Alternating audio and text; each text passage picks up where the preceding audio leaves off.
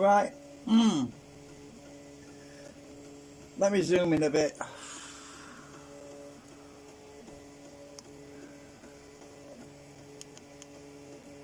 Oh, I need to be higher. Higher. Oh, hi everybody. Right. Oh, flipping tripod. Stay still.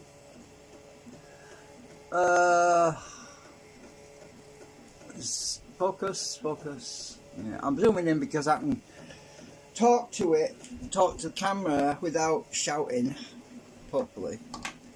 So I spent considerable amount of time. Let's go back to colour mode. I spent a considerable amount of time redesigning the magnet motor. I'm still doing the generator as well. I'm doing the segments for that. So you're kind of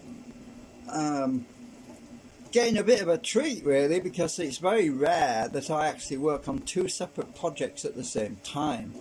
Well, at the moment I am. So you're getting a bit of treat really. Now, so what is the new plan? Well, I suppose I ought to go on X-ray view. Let's zoom in a bit.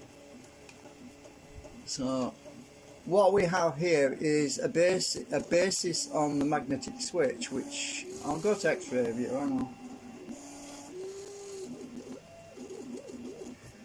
So what we have is a steel shim that goes down here. I have the steel shims. I've ordered some more ferrite round cores, because the ferrite round cores. Now there's two ways of building this, because I've incorporated two options into it, and I'll explain that. The first option is I'll just take the X-ray off a minute. The first option is that an Alnico magnet goes in this slot between the steel, which goes down this big hole. The steel goes all the way down to the other side through here, which is 25mm long. It's a steel rectangle, comes out the bottom. So I've got to print these two sections in two halves basically, because of the way it's laid out, and I'll stick them together. And I've got some bolts which go through these holes to clamp the whole lot together. Now in this situation the bolts are an advantage because it allows the magnetic field to spread out more from this end, which is the switched end. So this end has a piece of ferrite that goes through this hole, this hole here. Now that is the switched end. So we talked about balance previously. Now the system has to have a balanced situation so we don't have drag, otherwise it cancels out any momentum that we would hope to get. So this side is in balance. That's the inside core section here is in balance, because what we also have is a magnet ring which goes in there. So I'm just going to switch over to the full model, which is over here. The magnet ring goes inside between these two discs. So I was going to use the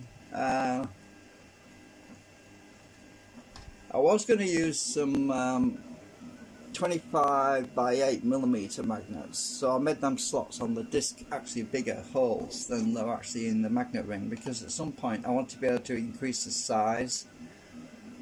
So having that slot bigger means that I haven't got enough of the 20 by 8mm by 2mm magnets at the moment, because they're all in use, they're inside the generator. So I thought, well, I'll just use the smaller magnets for now. So let me just zoom inside. There's a magnet disc ring. Now this blue ring is just the alignment ring. That's temporary. I don't leave that in, I'll take that out. So I'll show you the alignment ring. That's just for me to get this thing centered when I stick it in place. So the alignment ring is, oh, where the hell is it? Oh, it's upside down. Right, I'm upside down. Aha! Is that the right wheel? No, I'm upside down now. So, but there's the magnet ring. this thing here, and the blue ring is just for me to get align that before I stick it onto the disc. So instead of having the rotary disc magnets that go around in this trough, I've taken them out because they're not going to be used in this situation, but that's fine. So we don't have them great big neodymium 20mm magnets anymore for this. So there's the magnet ring. This is a stator, so this magnet ring here that's in white doesn't move.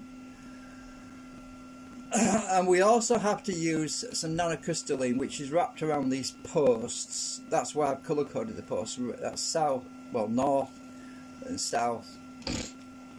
So the idea is that we will have some nanocrystalline wrapped around, which will, I've got to make that part yet. I haven't made it yet. There's a little thing that goes around these posts with a transformer lamination, which comes so far. It doesn't go away, it just goes up to about this point here. So we have repulsion on this side and we have attraction on this side, so that this gives it some thrust, so that this rotor assembly, this bit in the middle, can swing around, swing over to this post. And once it swings over to this post, it will disengage the magnetic field, which is the entry point, which is in a balanced state, so it's got an equal amount of push and an equal amount of pull. So in theory that should not that shouldn't prevent this thing from moving. That's the theory, because then this end is being switched, so that it becomes tipped over. There's a tipping point where the flux will tip from more south to more north, or from more north to more south.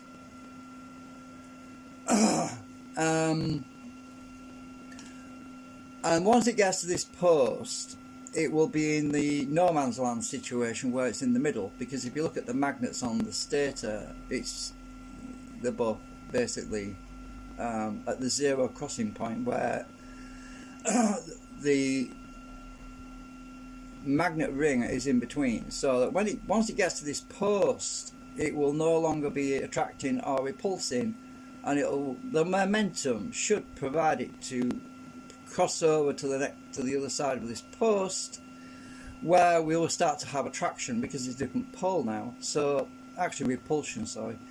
So once it gets past this point, we should see some a small amount of propulsion between that magnet through this rotor assembly, and it will be attracted to that post. So that's the theory. So once it gets in the middle, it will have the maximum amount of thrust between pushing from that post and attracting to that post. It's hard probably for you to see my mouse, but I'm trying to make it so you can see it better. But so that is the idea. That's the new experiment that I'm going to be doing, using my magnetic switching arrangement. And what will happen is the Alnicos, which are either in these slots here, the vertical slots, or we can have ferrites in these slots here, and an Alnico will be inside to bias the Alnico. So that's what that hole is. You can see the X-ray view, there's a hole that goes all the way through in the middle there. Now that's to also have an Alnico, instead of it being in line in series with that piece of steel and the ferrite on the end, we have an Alnico that goes all the way through. So if I look at the side view, you can see it on this side anyway. So the Alnico can be all the way through to that side, because they're 16mm long. These Alnicos are. They're actually 5 by 16mm round tubular Alnicos. So that will actually sit inside that assembly. Now the trouble is, this is why I couldn't stick these things together permanently, because the Alnico will be inside there. So I've got to have some way of putting them inside, because they're actually sitting sandwiched. They're sandwiched between the a ferrite on top and a ferrite below. So there's no way of accessing it from this side, because they've got to be placed in the middle. And so I made this look a little bit thicker. You can see that these discs are a bit pattern. I had some issues with errors because I'd changed it so much. I had to put it through the program to fix these problems because I couldn't figure out where the problems were because I had too many holes and lines and so on.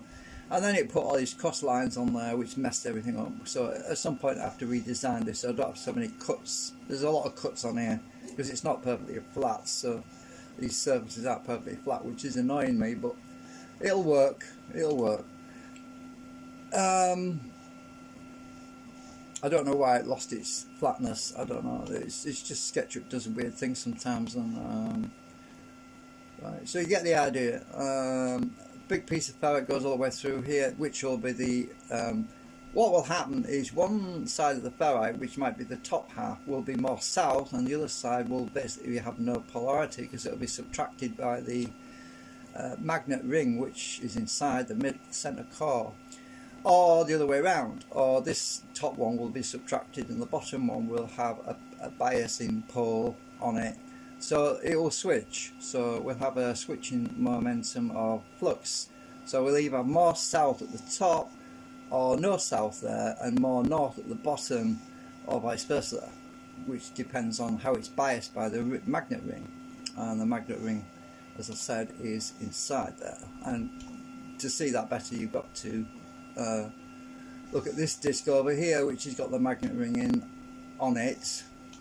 So the magnet ring will hold some very tiny magnets. Actually, they're not that tiny, they're about they're 10 millimeters long, so they're 10 millimeters down, vertically, 5 millimeters wide, about 3 millimeters deep. So we should have enough magnetic field to test the theory out, that's all it is at this point. It's just to test the theory out. Right, so I just wanted to show you where we are with the model on that. That is the bottom of it, and I put that through the fix tool, and it ended with a load of extra lines on it, but you can see the slots at the bottom there for the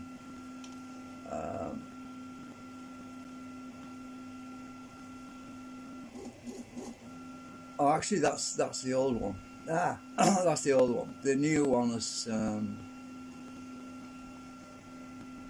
yeah, if I just hide the bottom one of this, edit component, let's just hide the top one, hide that. Yeah, now you can see the Alnico hole, which is that one. The steel shim goes in that one, and the ferrite goes in that one. And these are all vertically mounted, orientated on this side, they're all vertically mounted. But on this side we have the horizontally mounted ferrite, or Alnico if I decide not to have the Alnico in the middle here. If there's no Alnico there, I'm going to try both ideas out anyway to see which is the most efficient. I'm pretty sure that the one where the Alnico is in this hole is going to be better. Yeah, so I'm just going to unhide that top one. So we'll get it all back again. Right. So just a little update on where I am at the moment. I haven't been awake very long. I'm kind of tired right now. This is all upside down right now. I can flip that over. I can flip that this thing over. Flip the one blue. Turn it all the way up. Right. So. Right. Okay. I'm getting dizzy now. So just wanted to show you what we have so far, and I'm currently printing the rotor assembly at the moment on the printer bed. So that's going to be, it's going to take 8 hours to print the top and the bottom of that, so it's not going to be today when we do anything. So right, see you later.